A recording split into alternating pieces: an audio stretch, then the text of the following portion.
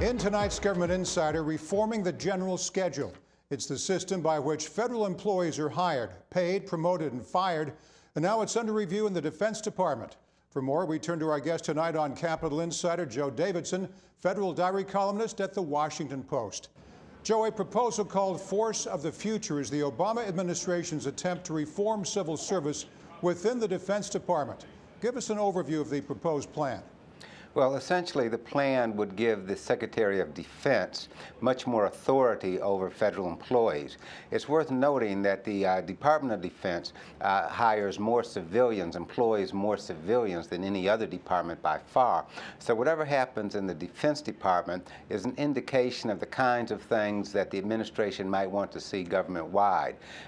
This particular authority the kinds of authority that would be given to the Secretary would allow him or her much greater authority over such issues as pay, hiring and firing of people. It would allow the Defense Department to, as they say, divest low performers, which means firing people who aren't up to snuff.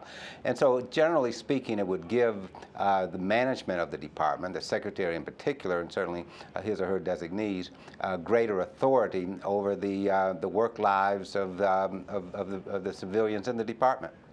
Now, Joe, one very controversial point in this new proposal is the development of an alternative to the general schedule, or GS system as we know it.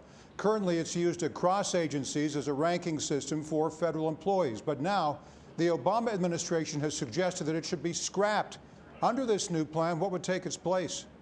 Well, the plan was not specific about what would take its place, but certainly we know from other experiences in the Defense Department and elsewhere around government, that there's this notion of pay for performance, which is a bad word and a bad term in the view of some because of the controversy of a previous system at the Defense Department. It allows for what they call pay bands. Essentially, it again goes to this notion of giving management greater flexibility to both reward and punish civilian employees within the Defense Department. And so that's probably the kind of thing that would replace the general schedule or the GS system. I'm sure federal employee unions have something to say. How are they responding? For sure. Well, they're not happy about this plan. There are some perks in the plan, perhaps you could call them, that they certainly appreciate. Paid paternity and maternity leave, for example.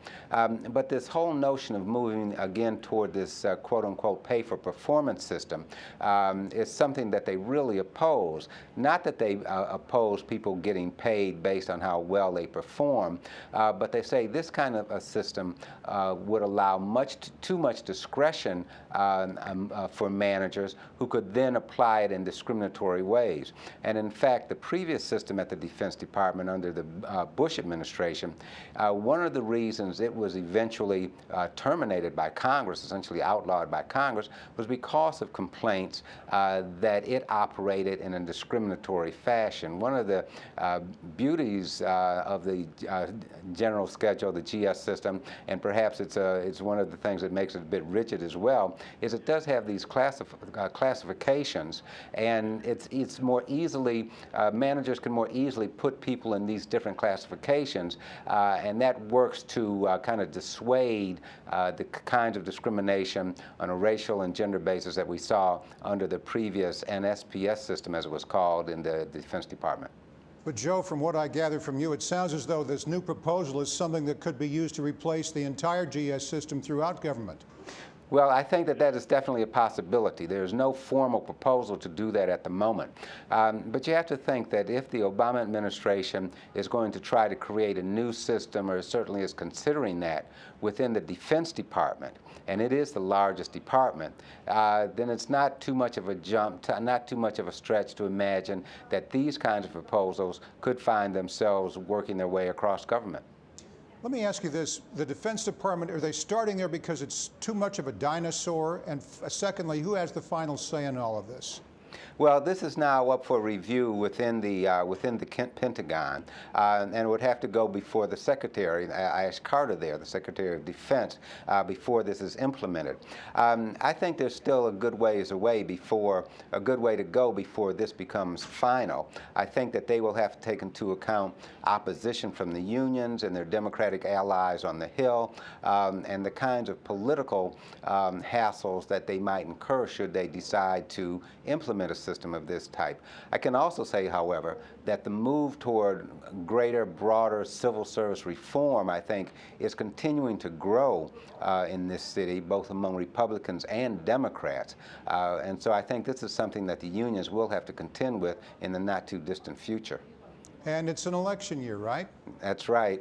This one and next one, for that matter. All right, Joe Davidson, Federal Diary columnist at the Washington Post. Thanks again, Joe. Thank you.